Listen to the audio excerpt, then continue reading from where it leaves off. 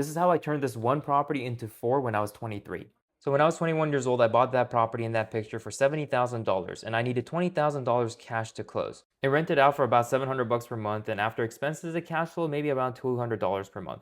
Then when I was 23, I got an offer for that property for 99.5K cash. And since it was a cash offer, I decided to take it and I got my 20K out plus 18K in profit. So essentially I doubled my money within 2 years. But I wasn't making anything significant then, so if I decided to buy another rental, then all my cash would be tied up there. So instead, I decided to take that 38,000 and put it into two properties. One into a 60K property and another one into a 55K property, and I decided I'm going to flip this one and then BRRRR this property. And to acquire both of these properties, I decided to use a hard money lender because I only needed to come out of pocket 10% of the purchase price, and the 90% they would cover, and 100% of the rehab as well. And so I needed about $10,000 per property to actually acquire the deal, which is great because I still had a little bit of money left over in case something went wrong.